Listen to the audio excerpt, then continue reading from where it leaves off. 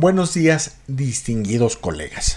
Nos reunimos hoy para analizar uno de los puntos de inflexión más decisivos de la historia occidental, el ascenso de Constantino el Grande y su profunda relación con el cristianismo.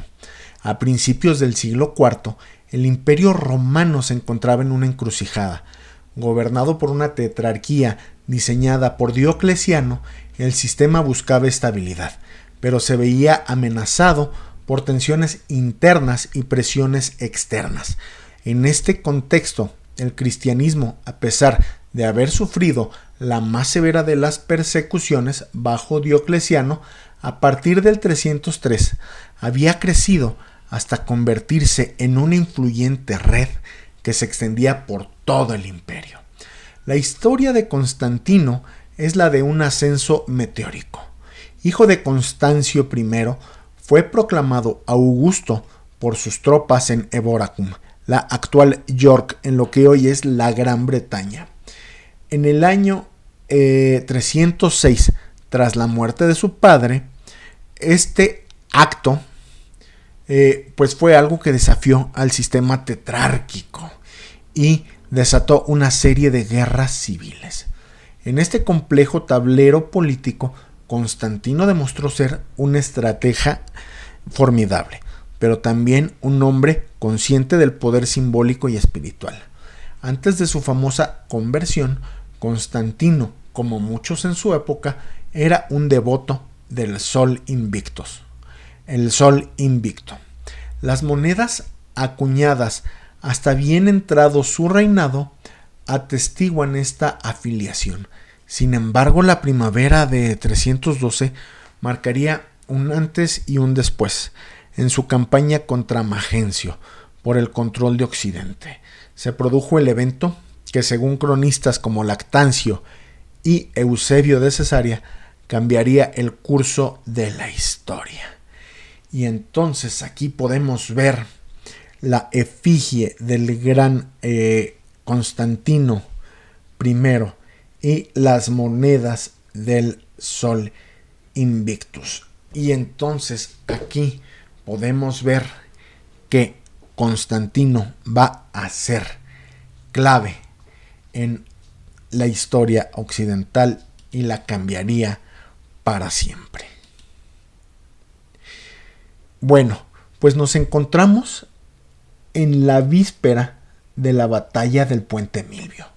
Es el 28 de octubre de 312. Las fuentes cristianas nos ofrecen dos relatos complementarios de un evento extraordinario.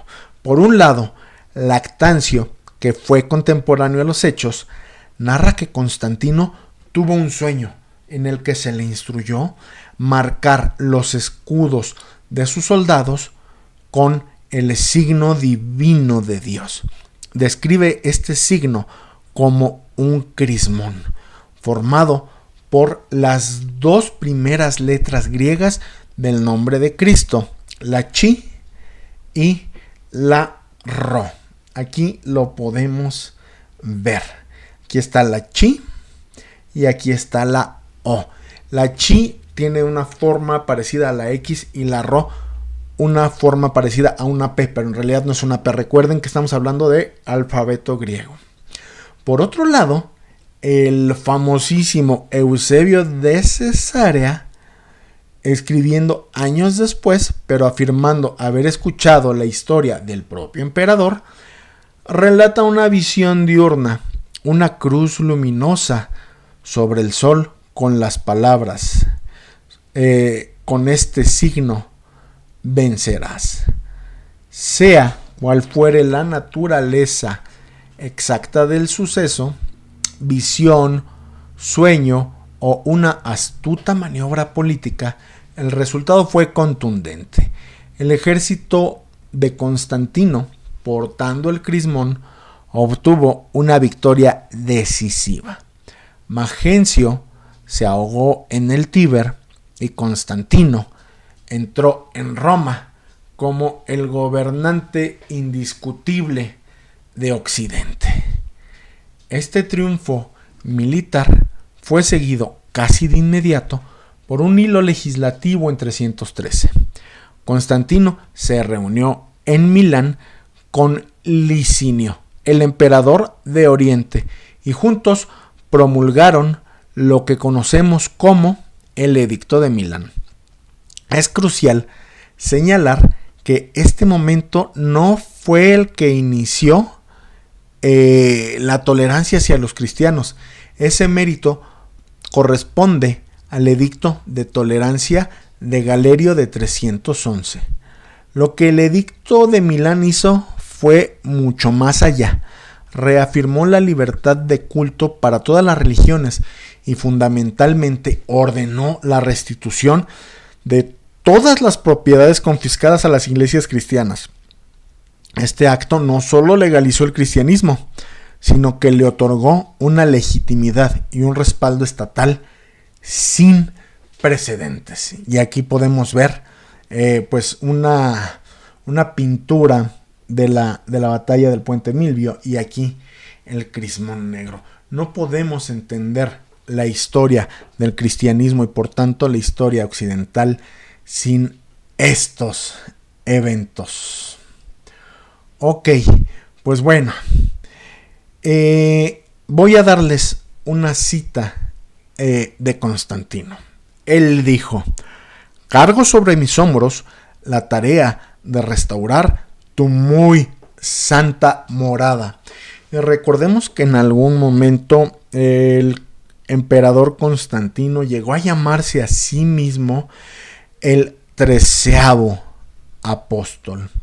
Y aquí de este lado podemos admirar pues la antigua Basílica de San Pedro en el Vaticano. Antes de la actual basílica que conocemos del Renacimiento, el diseño de la Basílica de San Pedro era esta y fue mandada a construir por el emperador Constantino. Y aquí del lado izquierdo tenemos al emperador Constantino al centro, entre los obispos que asistieron al concilio de Nicea.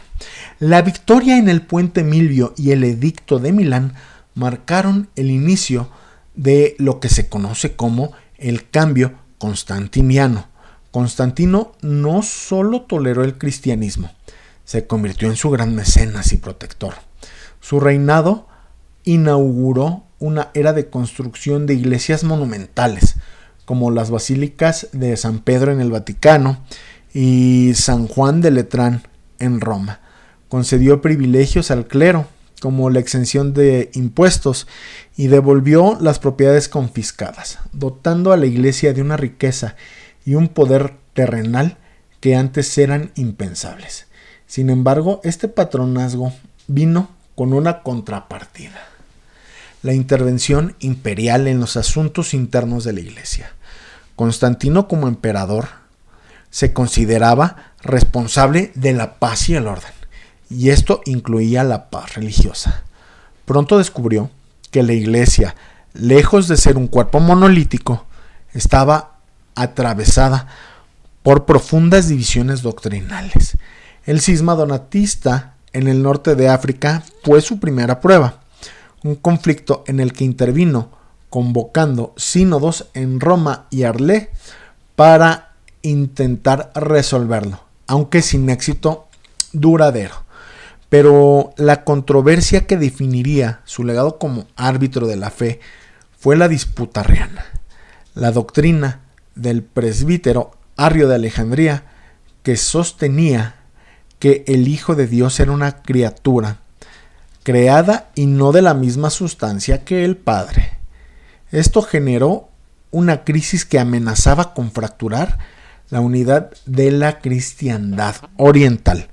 Para Constantino, esta división teológica era una amenaza directa a la estabilidad del Imperio Romano. Su solución fue una medida sin precedentes: convocar el primer concilio ecuménico de la historia en Nicea. Esto en el año 325. ¿Cuál fue el legado del concilio de Nicea? Pues bueno, Teodosio en el edicto de Tesalónica del 380 dice: habilitamos a los secuaces de esta doctrina para apellidarse católicos cristianos. Los demás, como locos rematados, los tiznamos con el apodo infamante de herejes. En el concilio de Nicea, Constantino no actuó como teólogo, pues sus conocimientos eran limitados, sino como presidente y garante del orden. Su objetivo era la unidad. Tras intensos debates, el concilio condenó el arrianismo y formuló la primera parte del símbolo niceno, estableciendo que el hijo era homoousios, es decir, consustancial o de la misma sustancia que el padre. Esta decisión, convertida en ley imperial, sentó un precedente fundamental. El emperador no solo protegía a la iglesia, sino que hacía cumplir su doctrina, exiliando a quienes se negaban a aceptarla, incluido el propio Arrio. El concilio también organizó la iglesia jerárquicamente, reconociendo la primacía de sedes como Roma, Alejandría y Antioquía, y fijó una fecha uniforme para la Pascua. Con Nicea nació la noción de una ortodoxia universal, respaldada por el poder del Estado. Aunque el propio Constantino vacilaría en sus últimos años, acercándose al arrianismo e incluso siendo bautizado en su lecho de muerte por un obispo arriano, la senda ya estaba trazada. Su obra, incluyendo la fundación de Constantinopla como una nueva Roma cristiana, consolidó la unión entre el trono y el altar. El camino desde Constantino hasta el cristianismo como religión oficial del Estado fue completado por el emperador Teodosio, quien en el año 380, con el Edicto de Tesalónica, no solo prohibió el paganismo, sino que declaró el cristianismo niceno como la única religión legítima del imperio. La herejía se convirtió entonces en un crimen contra el Estado. En conclusión, el giro constantiniano fue más que la conversión de un emperador, fue la transformación estructural del imperio y de la propia iglesia. De ser una fe perseguida, el cristianismo pasó a ser una institución privilegiada, rica e intrínsecamente ligada al poder político. Este proceso sentó las bases de la civilización medieval y definió la relación entre poder secular y religioso en Occidente durante más de un milenio. Un legado complejo, lleno de luces y sombra, cuya resonancia perdura hasta nuestros días. Muchas gracias.